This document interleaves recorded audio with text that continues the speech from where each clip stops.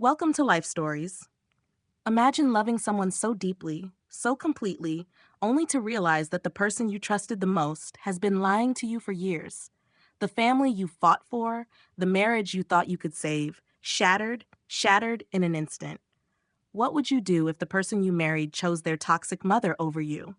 Would you fight for them, or would you finally choose yourself? In today's story, a woman faces the hardest decision of her life. She's been ignored, manipulated, and betrayed. But when she's pushed to the brink, she uncovers a truth that will change everything and force her to walk away. But is walking away the same as winning? The battle has only just begun. Let's dive into the story. Thanksgiving had always been a battlefield for me, but this year was different. The smell of roasted turkey, cinnamon, and baked pies wafted through the grand halls of the sprawling house. The decor was perfect, like something out of a Hallmark movie, all crisp white lights, garlands, and the scent of fresh pine. But underneath it all, the cracks were already showing. I had been married to Jake for 6 years, and in all that time, I had been an outsider. He was so close to his family, his mother Helen and his two sisters, Lisa and Michelle, that I often felt like a stranger in my own home. I'd watched as they laughed at their own private jokes, whispered amongst themselves, and left me out of the picture entirely. At family gatherings, I was invisible. And the worst part? Jake didn't even notice. Or worse, he didn't care.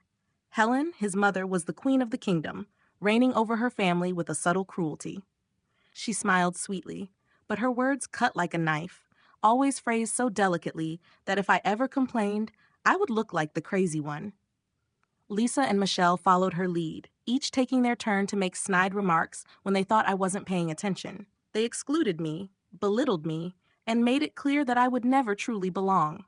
Jake always told me to ignore it, to let it slide, to stop making a big deal out of nothing. But it wasn't nothing. And every year, the sting of their rejection grew a little sharper. Thanksgiving was always held at Helen's house, a tradition she cherished above all else. She'd spend weeks preparing, boasting about her handmade centerpieces and her famous stuffing. It was always a grand production, an event where everything had to be flawless. And it was. But the more perfect her world seemed, the more suffocating it became for me. This year, though, I had a plan. I told myself that this time would be different, that I would finally stand up for myself, that I would not let them push me around. But as soon as we stepped into that house, I felt it. The familiar sense of being an outsider. Jake was greeted with hugs and laughter. His sisters rushed to him, showering him with affection, but when they turned to me, it was a polite smile at best, nothing more. Helen barely looked up from her phone. I felt the sting, the wave of rejection wash over me, but I kept my smile firmly in place. The dinner was a blur. I smiled when appropriate, nodded when necessary, and kept my mouth shut as they discussed Lisa's recent promotion and Michelle's new house, topics I had no part in. When dessert was mentioned, I tried to make small talk, but I could already tell what was coming. Helen clapped her hands and announced, "Before we dig into dessert, we have a little surprise for everyone." Of course, she did. The annual gift exchange. But this wasn't an exchange. It was a performance. Helen, the generous matriarch, played her part well, handing out expensive gifts to each of her children. A designer purse for Lisa, a luxury spa gift certificate for Michelle, a rare bottle of whiskey for Jake. Everyone in the family got something, except for me. Helen turned to me with that all-too-familiar smile. "Oh, we almost forgot about you," she said, her voice laced with mock sweetness. Everyone laughed. Lisa and Michelle joined in, and even Jake chuckled. My heart sank. I forced a smile, but something inside me snapped. "That's okay," I said, my voice steady. "I didn't forget about you." The room fell silent. I reached into my bag and pulled out a small, neatly wrapped box. I handed it to Helen, who looked at it warily, her eyes narrowing. "Go ahead," I urged. "Open it." The air was thick with tension. Helen hesitated, her fingers trembling slightly as she tore at the wrapping paper. The room grew quieter as the contents were revealed. A stack of papers, neatly arranged. She pulled them out, her face losing color as she skimmed the first page. Then the next, then the next. It didn't take long for her to realize what it was. Tax documents. Her tax fraud. I had spent months digging into her financial records, uncovering years of illegal activity, Underreported income, hidden assets, and tax evasion so sloppy it was almost laughable. But the documents were all there, in black and white, ready to be handed over to the IRS. I had the proof, and I was going to use it. Helen's hands trembled as she looked up at me, her face pale. "Where did you get this?" she whispered, her voice trembling. I took a sip of wine, my eyes never leaving hers. "Oh, I had some time on my hands while you were busy forgetting about me." The silence was deafening. Jake was no longer laughing. In fact, no one was. Helen's world, her carefully constructed image of perfection, was falling apart before her eyes. But I wasn't done yet. "You've been hiding money, haven't you?" I asked, my voice low but sharp. "Not just from the IRS, but from your own family." The room held its breath as the truth sank in. Lisa and Michelle moved closer, reading over their mother's shoulder. Their expressions shifted from confusion to panic, and for the first time that night, they saw their mother as a stranger. They were seeing the woman who had stolen from them, who had lied to them. Their betrayal was real. But Helen was still trying to control the narrative. "This is fake," she hissed, her voice cracking as she slammed the papers down on the table. "You made this up." "No," I said calmly, leaning forward. "You set yourself up." But it was when I saw Tracy's face, the shock, the disbelief, the sudden realization, that everything changed. "How did you know to look into this?" she asked, her voice shaky, her fingers trembling as they flipped through the pages faster. I froze. I hadn't started looking into Helen's finances just because I was angry. There was something else, something I wasn't supposed to know. "Why do some of these deposits say personal expense?" Melissa asked, her voice trembling as she read the documents over Tracy's shoulder. "And why are there withdrawals from Dad's account?" Helen's face went pale as Arthur, her husband, stood frozen in place, his eyes scanning the pages, reading the truth for the first time. "Grace," he whispered, his voice cracking, "you drained my retirement account." The words hit like a punch to the gut. I watched as Helen's face twisted, her mask of control slipping for the first time. "I had to do it," she muttered, her voice trembling. "You stole from me." Arthur staggered back, his face turning red as he collapsed into a chair, holding his chest. The silence in the room was thick, suffocating. Then everything fell apart. The paramedics arrived within minutes, and chaos erupted. Helen, the woman who had prided herself on her perfect life, was now on the floor, crying. But I saw it. She wasn't grieving. She was performing. She was still trying to control the narrative, even as everything she had built crumbled around her. And in that moment, I realized something. Grace, Helen, had been playing this game for years. But now, the game was over. But what would happen next? Would anyone stand up to her? And what would Jake do when he finally saw the truth? How much betrayal can one family take before it breaks apart? Is it possible to forgive someone who has destroyed everything you loved? The tension in the air was thick, and the silence screamed for answers. I wasn't done, and neither was Helen.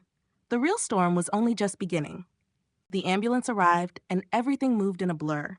The paramedics rushed into the room, pulling Helen aside as she collapsed into hysterics, her voice shrill and frantic. "Arthur, Arthur, please, don't leave me. Don't you dare leave me." I stood still, my arms crossed, watching as she put on the performance of a lifetime. Her tears were fake. Her grief was fake. She had drained his life savings and almost driven him to a heart attack, and now she was playing the grieving wife. It was nauseating. Jake stood beside me, his face pale, his lips trembling, and his eyes wide with disbelief. He hadn't spoken much since the moment the truth had been revealed. He was in shock, conflicted. His gaze flickered between his mother, who was now sobbing into her hands, and me, who stood silent, feeling nothing but cold rage. Is he going to be okay?" Jake's voice cracked as he reached for my hand, his grip desperate. I couldn't even look at him. His desperation, his fear, it was all so familiar, yet somehow so distant. This man had chosen her. He had always chosen her. "I don't know," I said flatly, my eyes never leaving Helen. "But you need to figure out what's going on with your family before you try to fix anything." Jake's face paled further as the paramedics wheeled Arthur out of the room. His father, the man who had worked his whole life to build a future, now fighting for his life after discovering the betrayal of his wife. I watched as Jake's hands started to shake, his breath shallow. The weight of his family's secrets, of the years of manipulation, suddenly crashing down on him. I had to do something. I couldn't just stand there and watch them destroy themselves. Not anymore. Jake, I said, my voice sharp enough to cut through his haze. He turned, his eyes glazed over. Look at me. This isn't just about your mother anymore. This is about you. About us. He blinked, his chest rising and falling rapidly. I don't know what to do. His voice faltered. Stop, I interrupted. Don't you get it? You've been blind, Jake. You've been choosing her over me, over everything. She's lied to you. She's lied to all of you. She's been using you like a pawn. He recoiled, the words stinging more than he could admit. I watched him struggle with his own guilt and anger, wrestling with the truth that had been shoved in his face. For the first time in years, he wasn't looking at me with that same old dismissive gaze. He was looking at me like I was a stranger, like I wasn't the woman he married. Don't talk like that, he said, his voice low. She's my mother. I shook my head, a bitter laugh escaping my lips. And I'm your wife, but I don't matter, do I? Not when it comes to her. Jake's eyes flashed with something I couldn't quite place. Shame, maybe? Or maybe guilt? Or was it fear? The fear that if he really saw his mother for who she was, everything in his life, his marriage, his family, would collapse. But it was already collapsing. I was already gone. I stepped back from him, shaking my head as I stared at the floor. You'll never see it, will you? You'll never see how she's destroyed us, how she's destroyed you. The silence in the room was thick. His gaze fell to the floor, his fists clenching at his sides. I felt the weight of everything. The years of ignoring my pain, the years of letting her control everything. And suddenly I realized that no matter how much I loved him, no matter how many times I tried to fix things, it was never going to be enough. Not for him. Not when he was still under her thumb. The door slammed open, and Tracy and Michelle stormed in. Tracy was pale, her eyes wide with a mix of anger and disbelief, while Michelle was quiet, her face unreadable. Mom? Tracy spat, her voice sharp with betrayal. What the hell is wrong with you? How could you do this to Dad? Michelle's voice was quieter but equally damning. You lied to all of us. You stole from him. From us. Helen, who had been seated on the floor, her hands clutching at her dress like she might disappear, finally looked up at her daughters. The facade cracked, and I saw something I had never expected. Fear. Real fear. I didn't mean for it to go this far, she whispered, her voice trembling. But I knew better. It wasn't the fear of being caught. It was the fear of losing control, losing her grip on everything. Bullshit, Tracy shot back, her voice filled with venom. You didn't mean for it to go this far? You've been lying and stealing for years, Mom. How could you? Michelle stepped forward, her eyes now narrowing with disgust. You always treated me like I was nothing, but I never thought it was because you were stealing from me. The words hit harder than any slap. Helen's shoulders sagged, but she didn't answer. There was nothing she could say. There was no defense. Jake stood between us, his hands raised, as if he could somehow stop the tide of betrayal from sweeping over his family. Stop, he muttered, his voice breaking. Just stop. But it was too late. The silence that followed was suffocating. I could feel the walls closing in on me, on all of us. And then, just as I thought it couldn't get worse, Helen turned to me. Her eyes narrowed, filled with rage, and she hissed, You wanted this. You always wanted this. My heart raced. What are you talking about? I know you, she spat. You've been planning this from the start. This isn't about the money. It's about destroying me. For a moment, I couldn't breathe. The audacity. The lies. She had twisted everything in her mind so completely that now I was the villain, the monster. But it wasn't me who had stolen everything. It was her. And yet, she still refused to take responsibility for it. I didn't need to destroy you, Grace, I said, my voice steady. You've been doing that to yourself for years. The room was silent once again, and for a brief moment I thought Jake might finally see it. I thought he might finally choose me. But then his eyes shifted back to his mother. His face contorted with conflict, and he whispered, Why would you do this to me? To us? I stood there, staring at the man I had once loved. He didn't even see it. He didn't see me. And that was the moment I realized I couldn't stay. I couldn't keep waiting for him to choose me, for him to see the truth about his family, about me, about everything. And so with nothing left to say, I walked away. How much does a person have to endure before they finally break? Can love survive when trust is shattered completely? As I turned to leave, I knew there was no turning back. But would Jake ever understand? Would he ever see what I had been fighting for all these years? The storm had only just begun, and everything was about to change. I walked away from Jake that night. The cold air bit at my skin as I left the hospital, my footsteps echoing through the empty parking lot. My heart was pounding, not just from the physical exertion of the past few hours, but from the emotional toll it had taken. The family I had tried to fight for, the man I had married, all slipping away piece by piece like sand through my fingers. I didn't look back. I couldn't. The next few weeks were a blur. The silence was deafening, the calls from Jake, the texts, all unanswered. Helen's guilt-ridden phone calls begging for forgiveness, which I couldn't even bring myself to listen to. I had made my choice. I had finally chosen myself. But as much as I thought I had done the right thing, there was a gnawing feeling deep inside me, a feeling that I couldn't shake. Was I really free? Or had I just walked away from the only person who could ever love me, even with all the flaws and mess? Was it worth it to break everything apart for the truth?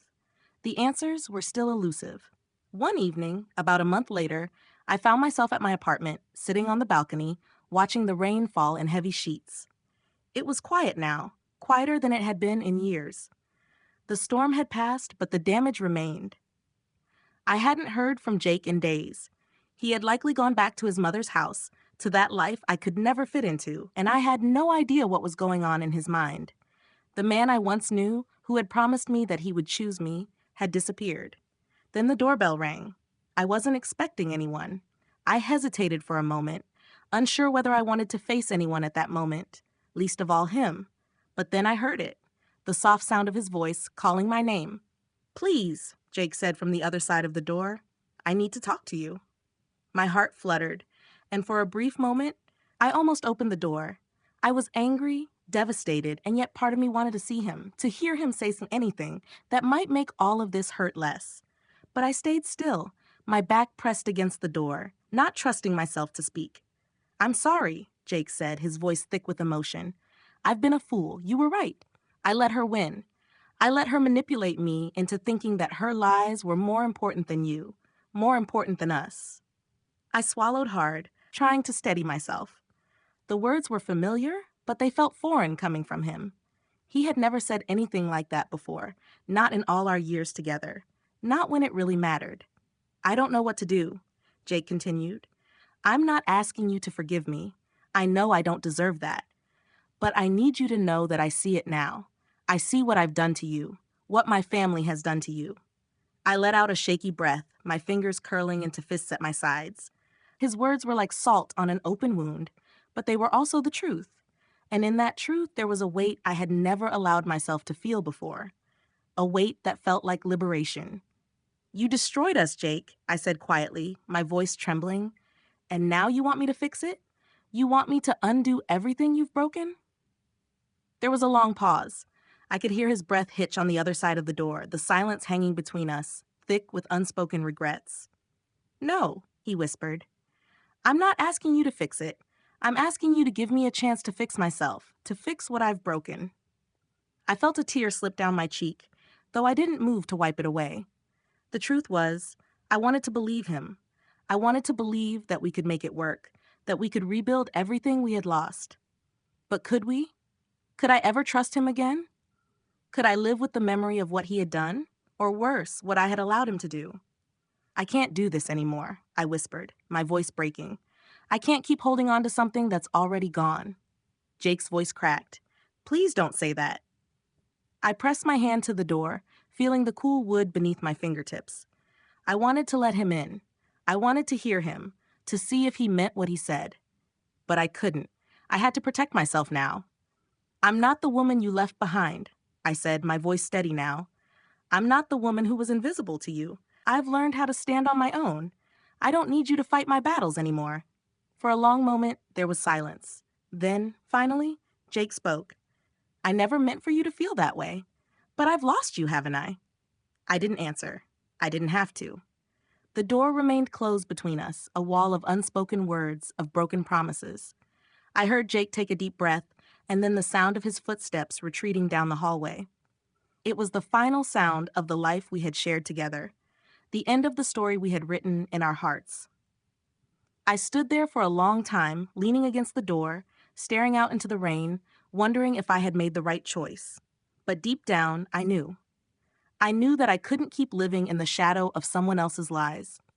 I couldn't keep waiting for him to choose me when I had already chosen myself.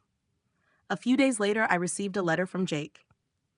It wasn't long, just a few words scribbled in a hurried hand. "I'm sorry. I'll always love you, but I understand if you don't feel the same." The letter, though brief, was everything I needed to hear.